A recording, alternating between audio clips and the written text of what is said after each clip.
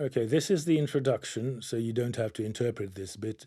The speech is about the 30 Years' War and about Sweden, but I'm not going to go into a lot of detail about either.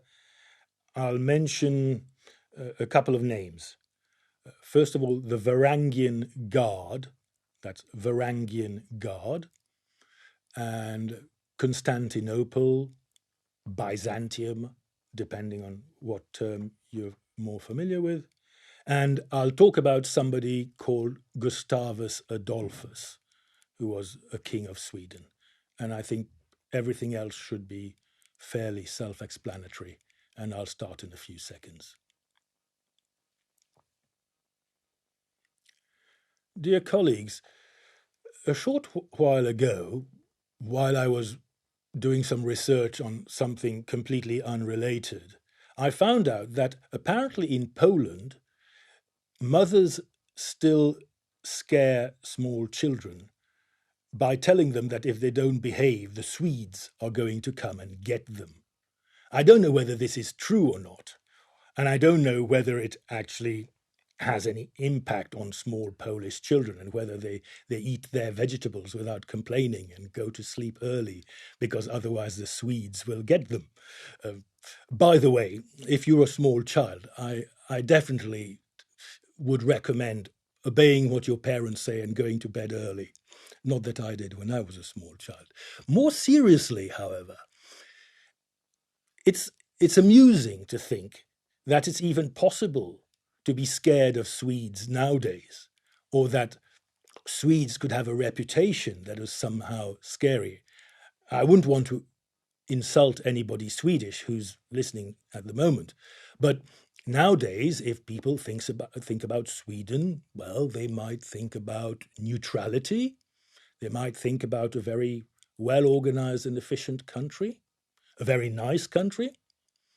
I suppose if they felt a bit uh, negative, they might feel that Swedes tend to be a bit bossy. I mean, there's, for instance, a rather famous small Swedish girl that goes around telling everybody how to save the planet, who's quite famous at the moment. And of course, like most Swedes, she's probably right. But again, uh, that's one of the cliches about Swedes, that they're possibly people who think they know better than you do and tend to be a bit bossy. I'm married to a Swede, so I couldn't possibly comment. However, one thing that Swedes are not is scary. The only scary thing in Sweden is if you buy alcohol and you look at the bill. But apart from that, as I said, Sweden has a reputation not only for neutrality, but for generally being a non scary country. So, where does this reputation in Poland apparently come from? Well, if you go back in history, of course, you will be aware that the Swedes, being Scandinavian, were also Vikings, same as the Norwegians and the Danes. In Western Europe, we tend to be more familiar with the Vikings that attacked Britain and Ireland and France and the whole of the coastline all the way down to the Mediterranean. Now, those Vikings tended to come from Norway or Denmark. The Swedish Vikings went east up the Baltic to places like Poland, the Baltic states, and the Ukraine and Russia. In fact, depending on how you interpret history, you can say that a lot of the early kingdoms in those areas, in particular the first kingdom in Russia, might have been started by people who could technically be tied into Swedish origin. But it's quite controversial, so I'm not going to start an argument with our Russian friends about that. The Swedish Vikings actually went very far east and also south. They went all the way down to the Black Sea and the Caspian Sea, apparently, and they went down to Byzantium, to Constantinople.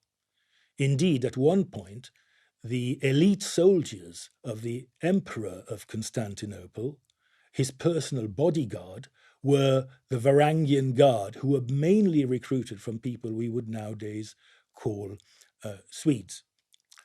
However, The real reputation of the Swedes as scary people in Eastern Europe came during the 30 Years' War. Now, the 30 Years' War, as its name suggests, lasted for 30 years between 1618 and 1648. I'm not going to go into the details, but it devastated a large part of Central and Eastern Europe.